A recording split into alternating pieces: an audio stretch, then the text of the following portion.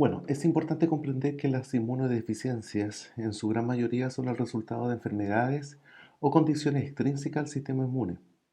Así, por ejemplo, la malnutrición, las enfermedades infecciosas como el VIH, el Epstein-Barr, el citomegalovirus, o el estrés ambiental asociado a la contaminación ambiental, las edades extremas como la prematurez y la edad avanzada, las cirugías, los traumas, ¿no es cierto?, las drogas inmunosupresoras o algunas enfermedades genéticas y metabólicas están relacionadas y vinculadas directamente a las inmunodeficiencias secundarias o adquiridas. Así, por ejemplo, dentro de las enfermedades genéticas asociadas a inmunodeficiencia contamos con dos, el síndrome de Down y la fibrosis quística. Partamos por la fibrosis quística. La fibrosis quística es una enfermedad genética, ¿ya? Que está asociada a una alteración en los canales de cloro, en la cual hace que las secreciones que produce el organismo sean muy espesas, sean muy pocas fluidas. Y esto va a traer como consecuencia una alteración en los mecanismos del barrido mucociliar a nivel pulmonar y a nivel bronquial. Por lo tanto, los niños portadores de fibrosis quística o los adultos portadores de fibrosis quística tienen una mayor incidencia en desarrollar enfermedades ligadas a enfermedades infecciosas respiratorias bajas, como neumonía, bronquitis. El síndrome de Down, ¿ya?, que es una enfermedad hereditaria cuya principal característica es la trisomía del cromosoma número 21, presentan una serie de condiciones anatómicas y físicas, dentro de las cuales destaca, por ejemplo, la disminución del timo. Por lo tanto, estos pacientes presentarían una disminución en la presencia de linfocitos T, asociado, digamos, a esta atrofia del timo. También se ha vinculado a los pacientes con síndrome de Down a deficiencias en la síntesis de inmunoglobulina de tipo G. Normalmente los pacientes portadores del síndrome de Down bajo esta condición tienen muchas posibilidades, mucha incidencia de enfermedades infecciosas respiratorias. También las enfermedades metabólicas asociadas a inmunodeficiencia son muy importantes.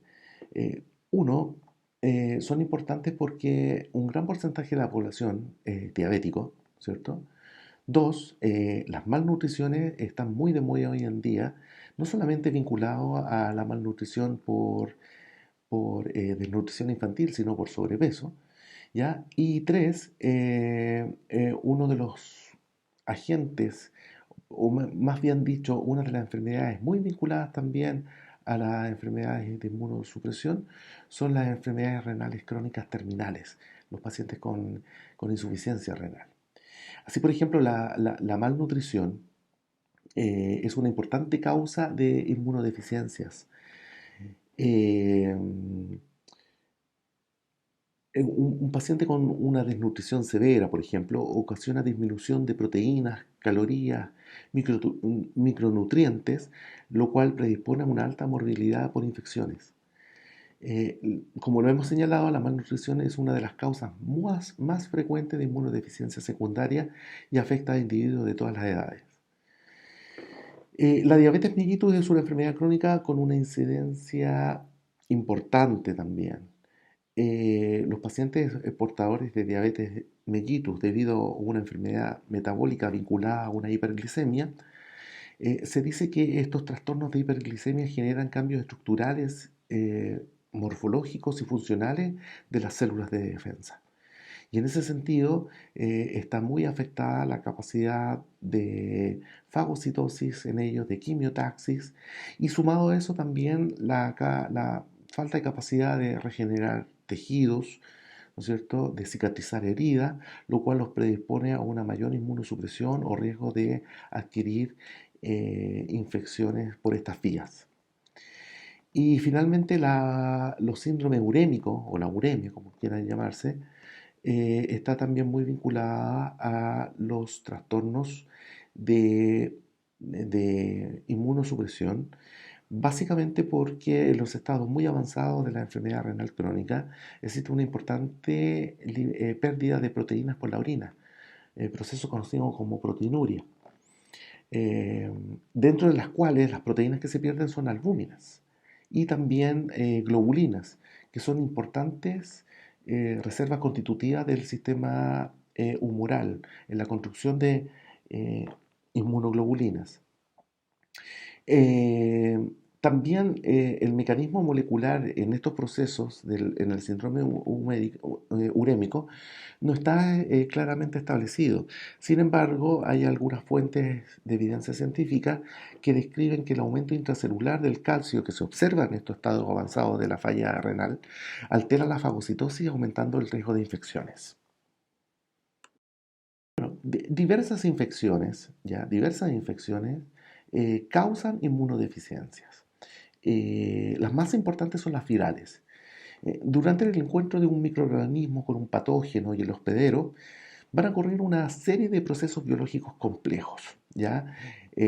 Los gérmenes intentan multiplicarse o proliferar e invadir, y en cambio el huésped lucha contra ellos para eliminarlos. Ciertos patógenos, ciertos patógenos, principalmente virales, combaten contra una gran cantidad de defensa inmunológica para finalmente derribarlas y desencadenar un proceso infeccioso. Es el caso, por ejemplo, de infecciones virales como el VIH, el citomegalovirus, ¿no es cierto?, el Epstein-Barr o la varicela, ¿ya? Pero también bacterias también pueden generar inmunodeficiencia asociados a este mismo mecanismo. No obstante, en estos casos, eh, el inicio temprano de la terapia antimicrobiana puede disminuir la incidencia y la probabilidad de inmunodeficiencia secundaria asociada a estas infecciones bacterianas. El cigarrillo como factor ambiental es muy importante como factor promotor de las inmunodeficiencias, especialmente en los niños, puesto que el crecimiento y desarrollo pulmonar en los niños ocurre desde el periodo perinatal hasta los 7 años. Por lo tanto, los niños como fumadores pasivos, en este periodo, en el periodo perinatal hasta los 7 años, los predispone al desarrollo de obstrucciones de la vía aérea, ya con predisposición al desarrollo de infecciones recurrentes en todo el árbol bronquial, pobremente desarrollado como es en el caso de los niños menores de 7 años. Y finalmente, como lo hemos conversado en temas anteriores, específicamente con respecto a la respuesta inflamatoria, el estrés generado por un trauma o una cirugía efectivamente va a producir una respuesta metabólica e inflamatoria que busca controlar la lesión y reparar el daño tisular. La inflamación local es necesaria para la cicatrización de las heridas y es un mecanismo de defensa contra los microorganismos patógenos.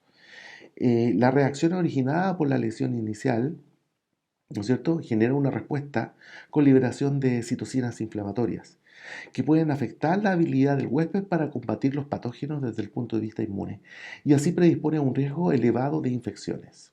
En algunas oportunidades esta respuesta inflamatoria local se puede diseminar y se puede hacer sistémica y pudiendo ser tan severa que va a desencadenar una falla multisistémica, lo que también va a predisponer el desarrollo de, de, de, de la respuesta inmunológica.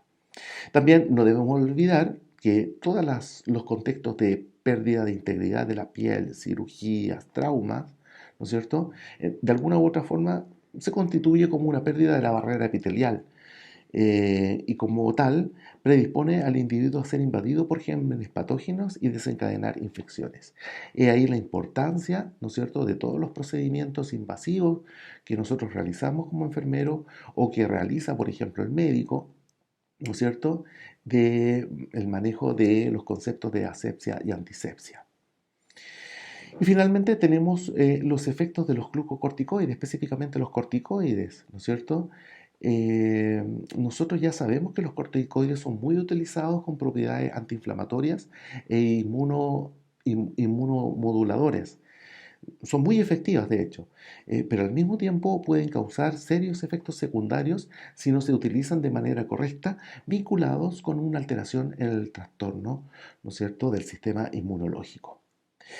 Finalizando con esto, te invito a que revises cuando nosotros hablamos sobre respuesta inflamatoria y hablamos sobre algunos mediadores químicos de la respuesta inflamatoria, específicamente los mediadores lipídicos, ¿no es cierto?, de las membranas derivados del ácido araquidónico, que vuelvas a consultar cuál es el mecanismo de inmunosupresión de los corticoides.